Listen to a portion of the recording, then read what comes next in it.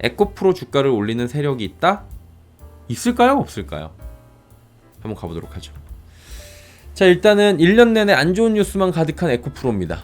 좋은 뉴스도 안 좋게 나오고 무슨 왼수졌냐 이렇게 얘기도 하는데 주가가 최근 반등을 좀 보이고 있는 상황이죠. 어제도 2%대 상승 마감에 성공을 했습니다. 그리고 최근 주가 흐름만 보면 나쁘지 않던 상황이에요. 그래서 한동안 지쳤던 주주들 사이에서는 에코프로가 뭔 일이야? 에코둥절? 이런 반응들도 나옵니다. 그러다 보니까 일각에서는 주가를 끌어올리는 일정 세력이 있는 거 아니야? 이런 이야기도 나옵니다. 근데 이제 이게 왜 그러냐면 하다하다 별소리까지 다 나온가 전생 이런 생각도 들어요. 그래서 이번 기회에 이거 한번 짚어보면 좋을 것 같아서 가지고 왔습니다. 주가 올리는 세력이 있다. 에코프로 쓸어담는 큰 손들, 이제 뭐 기사가 나온 건데 에코프로 주가가 최근에 가파르게 반등을 했죠. 40만 원대까지 찍었다가 지금 60만 원대까지 올라오고 최근에 막 70 갈락으로 막 그런 거잖아요. 주가 끌어올리는 세력이 있는 거 아니냐라는 얘기가 나오는 이유인 거고요. 2차전지 종목 가운데 얘가 지금 세요. 48만 2천 원까지 떨어졌는데 지금 30%가 올라왔습니다.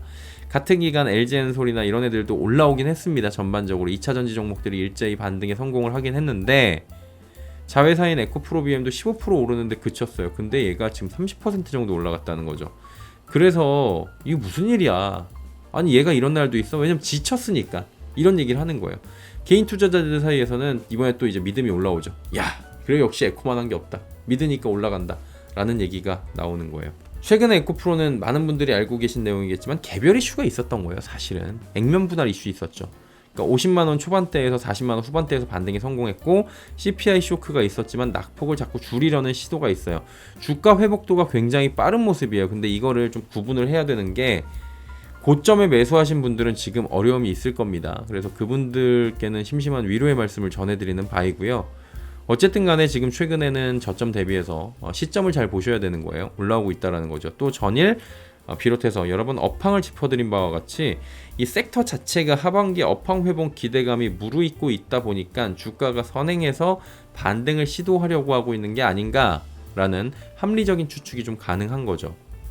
실제로 지난 14일 수요일입니다. 장중 7%의 낙폭을 대다수 되돌리기도 했어요. 에코프로는 2차전지 종목 중에 지금 가장 강한 흐름을 보입니다. 25일에는 48만 2천원까지 떨어졌지만 장대 양봉 쏘면서 막 올라갔어요. 그러다 보니까 이게 트레이더들 사이에서 차트를 좀 보는 사람들, 차티스트들은 이거 모양 괜찮은데 이 얘기가 나와요. 제가 주변에서 이 얘기를 들어봤을까요? 못 들어봤을까요? 들어봤습니다. 최근에 많이 들어요. 2차전지 종목들 가운데 차트가 좋아진, 그리고 지금 이거 괜찮아지는데? 라고 차트만 보시는 분들 가운데서도 이거에 대해서 얘기하시는 분들이 주변에 왕왕 계십니다. 2차전지를 보시는 분들은 차트 보시는 분들이 많진 않았을 거예요. 이거는 향후의 성장성을 보고 산다 이렇게 했었는데 차트 보는 사람들까지도 이거 괜찮은 것 같은데? 라는 얘기가 진짜 나오고 있더라고요. 저한테 먼저 이야기를 할 정도니까 이거를 야 이거 괜찮은데 요즘에 뭔 일 있어? 라고 물어보더라고요. 뭐 개불아 뭐 말하겠어요 제가. 어쨌든 간에 큰 상승이 나오고 있는 모습에 주목을 하는 거고요. 주가 흐름 자체에 주목을 해요. 그 사람들은. 트레이더들은 업황이나 이런 것들도 중요하지만 이 주가의 흐름의 단기적인 흐름, 그 다음에 매물대 이런 것들을 주목을 하거든요. 특히나 주가가 급락 이후에 회복되는 모습이나 이런 것들이 굉장히 지금 예전과는 좀 회복력이 달라졌다 이런 얘기들이 나오는 거예요. 볼까요? 지금 이게 이제 최근에 12월부터의 주가의 흐름인데 주가 흐름이 뭐 좋진 않아요. 재미없어요. 쭉 올라가다가 쭉 내려왔어요. 그러다 여기서 이제 바닥을 기다가 올라가서 지금 이렇게 가고 있는 상황이죠. 여기서 이제 내려갈지 아니면 쭉 쏠지 아니면 뭐 이렇게 갈지 이건 뭐 지가 알아서 정하겠죠. 그런데 이제 이거에 대해서 긍정적으로 보면서 확률적으로 봤을 때 향후에도 조금 더 긍정적으로 갈 수 있지 않을까라고 보는 사람들이 늘어난 거예요. 자, 24일부터 볼게요. 24일이 언제냐면은 여기 요 파란불 동그라미를 쳐볼게요. 요 날입니다. 음봉이고 밑꼬리를 단 날이에요. 24일에 밑꼬리를 길게 달고 50만원을 이탈하면서 48만 2천원까지 찍었는데 주가가 추가 급락 없이 자리를 지킨 거예요. 자리를 지킨 겁니다. 이 옆으로 보면은 이렇게 하락을 하는데 차트 자체가 여기서 밑으로 내려가지 않았잖아요. 이렇게 내려간 게 아니었잖아요. 그러다 보니까 이게 평행하게 요렇게 요 자리를 쭉 지키면서 가고 있다라는 얘기들이 나온 거예요. 저점 찍고 그 자리를 깨지 않았다는 거죠. 그리고 26일로 가보도록 하겠습니다.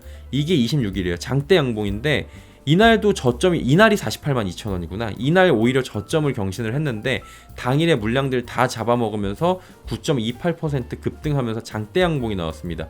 그리고 한 주간의 낙폭을 모두 간에 되돌린 게 26일이고요. 이후 주가가 조금 이제 위에서부터 조금 흘러내려요. 여기부터 올라가고 이게 조금 갭지면서 출발했다가 쭉 흘러내리는 것 같다가 또 버텨요. 또 버텨. 그러면서 어떻게 돼요?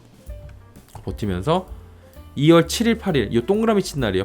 양봉 두 개, 장대 양봉이랑 요거 2월 7일 8일 이틀 동안 다시들 갭 띄우면서 막 8일 날은 출발하고 결국에는 뭐예요? 올해 1년 동안 뭐 시작한 지는 한 달 보름밖에 안 됐지만 올해 낙폭을 모두 회복하는 자리가 여기였어요. 2월 7일 날은 그러면 또 어떻게 됐어요? 2월 7일 날 요 날입니다. 요 날은 이제 거래량이 폭발했어요. 여기 밑에 이제 거래량을 보셔야 돼요. 거래량이 폭발을 했죠. 최대 거래량이 나왔습니다. 폭발을 했고요. 급등을 했습니다. 그리고 8일 같은 경우에 이 이튿날도 거래량이 줄긴 했지만 역시나 거래량이 폭발을 하면서 갭 띄우면서 출발을 했고요. 그리고 장대 양봉이 나왔습니다. 이후에 지금 자리를 어떻게 하고 있어요? 이 자리를 지키고 있는 겁니다. 쭉 지키고 있는 모습이 나타나고 있는 거예요. 그 차트 모양이나 지금 흐름이 전반적으로 봤을 때 나쁘지 않다라는 얘기가 나와요. 통상적으로 이거 매집봉의 형태를 띠고 있다는 이야기까지 나오고 있거든요. 그리고 상방 패턴일 때 나오는 차트와 캔들의 모습들이 지금 보여지고 있다. 전형적으로 교과서에 나오는 모습들이 나타나고 있다. 이렇게 평가를 하는 분들도 있습니다. 그리고 이동평균선 보시는 분들도 계시잖아요. 이동평균선 보면은 이게 노란 게 21선, 초록색이 60일선인데 여기 보시면 이제 제가 가지고 왔어요.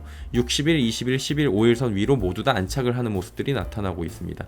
그래가지고 차트 모양도 이동평균선 기준으로 해서 개선이 됐고 중기 추세 보여주는 20개월 이동평균선이 있어요. 이거를 지켰습니다. 20개월 이동평균선을 지킨 이후에 20% 이상의 회복세가 나왔기 때문에 이거는 지금 저점을 다졌다라고 차트상으로 보는 사람들이 분석하는 사람들이 늘은 거예요. 최근에 그럼에도 불구하고 뭐예요? 안 좋은 뉴스들이 막 쏟아져요. 근데 반등을 하고 있어요. 그러면 누가 이렇게 산 건지를, 그럼 이제 누가 이렇게 산지 수급을 봐야 되는 거잖아요. 정말 큰 손 혹은 특정 투자 주체의 매수세가 들어오고 있는가라고 보는 건데, 자 보시면은 이게 1월 15일부터 2월 15일까지 한 달 동안의 에코프로의 매수세입니다. 보시면은 외국인 기관이 사고 있고 개인이 많이 팔았어요. 개인이 1671억 원을 팔았습니다. 그리고 보험과 은행의 소폭을 제외하고는 기관도 전주체가 지금 다 사고 있습니다. 특히 연기금이 겁나 때려 사고 있죠. 외국인도 사고 있고요. 외국인이 878억 원, 기관 783억 원을 순매수했습니다. 세부적으로 보면 금투, 투신, 연기금, 사모펀드, 기타 법인 등 골고루 사고 있고요. 개인은 팔고 나머지 주체가 모두 삽니다. 이 주체만 보고는 사실 뭐 얘가 큰 손이야, 얘가 큰 손이야 이렇게 볼 수는 없겠지만 사모펀드도 매수하고 연기금도 매수하고 꾸준한 매수세가 최근에 유입되고 있는 걸 확인을 하고 있습니다. 해당 패턴은 전형적인 주식시장의 패턴이 나오는 거라고 볼 수 있는데 뭐 차트 그런 게 아니고요. 어떤 패턴이냐면 요걸 잘 들어보셔야 돼요. 특정 종목의 주가가 너무나도 많이 빠질 때 보통의 단기 투자자들 혹은 뭐 나는 장기 투자를 할 거라고 얘기를 했지만 심리적으로 버티지 못하고 단기적으로 이제 나가고 싶은 마음이 드는 대다수의 일반적인 투자자들은 이 종목이 끝났다고 이야기를 합니다. 그리고 누군가가 끝났어라고 부추김을 하면 끝난 것 같아 그러면서 이제 종목에 욕을 하기 시작합니다. 많이 그래요. 그래도 한 줄기 희망을 갖고 있다가 거기서 더 빠져버리게 되면 작은 희망도 사라지는 수준의 비관론이 난무합니다. 이걸 어디 가면 보냐면 종목 토론방, 각종 커뮤니티 이런 댓글들이 굉장히 살벌하고 이제 특정인에 대한 비방과 욕설이 굉장히 난무를 하면서 그 다음에 막 대표 욕하고 있고 그 다음에 막 별의별 얘기가 다 나와요. 심지어 클린하다고 유명한 제 채팅창에서도 굉장히 살벌한 분위기가 최근에 많이 연출이 됐었어요. 근데 큰 손이나 아니면 진짜 고수들 그리고 제 주변에도 이거 트레이딩 오래 하시는 분들 같은 경우에는 좋은 기업이라면 항상 눈여겨보고 관심으로 두고 있습니다. 그리고 언제 살지를 보는 거죠.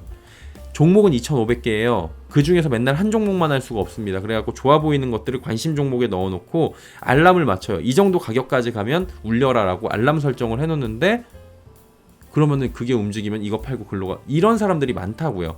그리고 이 투자 기간은 뭐 중기 장기로 간다라고 할지언정 또 괜찮은 게 나오면 그쪽으로도 자금을 투입하고 이건 주식시장 전반적으로 해당하는 심리적인 싸움인 거거든요. 전형적인 심리 패턴이에요. 얼마 전에 급등한 종목이 제가 뭐라고 말씀을 드렸냐면 얼마 전에 뭐라고 정확히 말씀드렸냐면 일정 종목이 있어요. A라는 종목이. 이 종목이 고점 대비 3분의 1 토막이 나면 극단적으로 사볼만 하다. 가격적인 부분만 놓고 봐도 이렇게 말씀드린 걸 기억을 하실 겁니다. 실제로 제가 왜 이 말씀을 드리냐면 주변에서 잘하는 사람들이 이렇게 하는 사람들이 있어요. 가격만 보고 매수하는 사람들이 있거든요. 차트랑 가격만 보고 같이 안 보고 이것만 하는 사람들은 이렇게 사요. 기계적으로. 반토막까지 오면은 물론 이제 2분의 1 토막도 잘 안 나긴 하는데 반토막 나면 진짜 심리적으로 고점 물린 사람들이 힘들거든요. 반토막이 나면 조금씩 모아요. 그리고 3분의 1 토막까지 갈 걸 예상을 하고 있다가 안 가면 그냥 더 사고 거기 그 자리에서 3분의 1 토막이 진짜 나면 그 부분에서 비중을 늘려버립니다. 더 떨어지면 4분의 1 토막까지 가게 이 분산을 해갖고 자금을 나눠서 사요. 이 사람들은. 그래서 감내를 하는 겁니다. 왜 다양한 종목에 여러 가지 종목들에 이런 식으로 자금을 투여를 하고 있으면서 주식시장과 함께 가고 있으니까 이 사람들은. 이 경우에도 비슷하게 보여요. 수급이나 차트 가격 형성부터 개별 종목 이슈가 있고요. 업황 개선 부분까지 전반적으로 해당 섹터를 고려를 하면 확실히 매집하고 있는 사람들은 있을 것 같아요. 이런 생각에는 저는 전적으로 동의합니다. 그리고 번외의 이야기지만 어지간한 종목들은 대주주가 관리를 하건 특정 세력인 간에 종목을 관리하는 특정 주체들이 보이지 않는 손들이 있는 것도 사실입니다. 제가 듣기로도 실제로 있다라고 그랬고 모 기업은 자기네 주가를 관리하는 사람들이 있는 걸로 한다라고 예전에 이런 건 많이 기사도 나왔었잖아요. 근데 그걸 의도적으로 뭐 띄운다 이거는 잘 모르겠지만 그 주가를 좀 이제 보고 있는 사람들이 있는 것도 사실입니다. 그럼 기회를 엿보는 사람들이 있다라고 볼 수 있겠죠. 이건 뭐예요? 그러면 결론적으로 봤을 때 다수가 망했다고 절망할 때 그 절망을 기회로 삼는 게 여기입니다. 여기가 어디예요? 주식시장입니다. 그래서 저 사람들의 투자 방법을 따라하면 수익 난다는 이야기가 괜히 나오는 게 아니에요. 근데 그것만 보고 바라보는 것도 저는 안 좋다고 생각을 해요. 그러니까 그것만 오롯이 보고 차트만 보고 이렇게 하는 건 진짜 저는 개인적으로 별로인 것 같아요. 그럼 매몰되고 그거를 물리칠 수 있는 게 업황의 개선이고 수급적 개선, 그러니까 본질적 수급의 개선이고 이런 거여가지고 급등주 따라다니면서 차트 보고 그러라는 말씀을 드리는 게 아니고요. 이것도 하나의 보조지표로 보시면서 그리고 극단적으로 이런 부분들까지도 고려를 하시면서 종합적으로 판단을 해야지 주식을 살 때 누가 좋아서 샀어? 누가 추천했어? 근데 왜 안 올라? 이렇게 하는 방식은 결국에는 필패하는 패턴이기 때문에 물론 상승할 수도 있겠죠. 근데 필패하는 패턴이기 때문에 그런 부분들은 조금 이제 지양을 하시는 게 좋을 것 같고요. 차트 가격뿐만 아니라 업황 개선 부분과 개별 종목 이슈도 있어요. 이 해당 섹터는 계속 말씀을 드리지만 그거는 지난 방송 설 특별 방송분을 확인하시면 되고요. 그리고 다음과 같은 소식도 하나 들려드리려고 합니다. 이거는 신용등급 상향 얘기예요. 나이스 신용평가에서 에코프로 BM하고 에코프로 신용등급을 상향 조정했습니다. 높은 실적 성장세, 안정적인 사업 기반을 고려를 했다라는 얘기들이 지금 나오고 있는 상황인 거거든요. 그러다 보니까 이제 글로벌 판매 성장률이 올라가고 있고 올해 글로벌 전기차 시장이 둔화된다고 해도 20% 이상이 고속 성장이 똑같이 얘기하지 않아요? 이거 누가 얘기했어요 얼마 전에? 제 입으로 얘기했는데 제가 그런 건 아니었잖아요. 시장에서 이런 얘기들이 나온다. 30-40%의 고속 성장이 있었지만 지금 올해는 둔화된 게 20%다. 이 업계에서 얘기하는 거잖아요. 이거를 높게 평가해 갖고 신용 등급을 올렸다는 얘기인 거죠. 신용 등급 올라가면 어떻게 돼요? 이런 조정 이유는 높은 실적 성장세, 안정적인 사업이 기반으로 된 거고 그러다 보니까 신용 등급이 올라가면 그냥 보는 거죠. 대외 신인도 상승과 함께 자금 조달이 용이해집니다. 아, 우리 신용도 좋은 회사예요. 이렇게 될 수 있고 자금 조달도 용이해져요. 그리고 자금 조달 비용, 이자 비용이 줄어들게 되니까 기업의 비용을 줄여가지고 이익 개선에는 도움이 되는 거죠. 이건 이익 개선에 직접적인 도움이 됩니다. 왜냐하면 이자로 차입해갖고 나가는 비용이 뭐 예를 들어서 조금이라도 줄어들면 단돈 1억 원이라도 이익으로 잡히게 되는 거니까 비용이 줄어들게 되는 거니까 이건 영업이익의 개선이 되는 부분이에요. 이건 호재가 맞는 거예요. 이런 거를 정확하게 판단을 빨리빨리 하셔야 된다는 거죠. 또 지금 뭐라 그랬냐면 일시적으로 전기차 판매 시장이 둔화해서 매출 규모 하락, 비가동 손실들이 나타날 수 있지만 빠르게 확대되는 시장 수요 감안하면 실적 부진이 장기화될 가능성은 높지 않다라고 나이스 심평에서 이렇게 얘기했다니까요. 그래가지고 이거를 신용등급을 상향을 시켰고 상향에 따라서 그 비용의 개선이 된다라는 거죠. 이상하다. 우리가 지금 많이 듣던 얘기랑 다른데? 생각이 드실 거예요. 많이 듣던 얘기랑 다른데? 라는 생각이 든 게 왜 그러냐면은 자꾸 누군가는 안 좋다고 이야기하고 그래도 안 좋을걸? 무슨 얘기 나오면 그래도 안 좋아.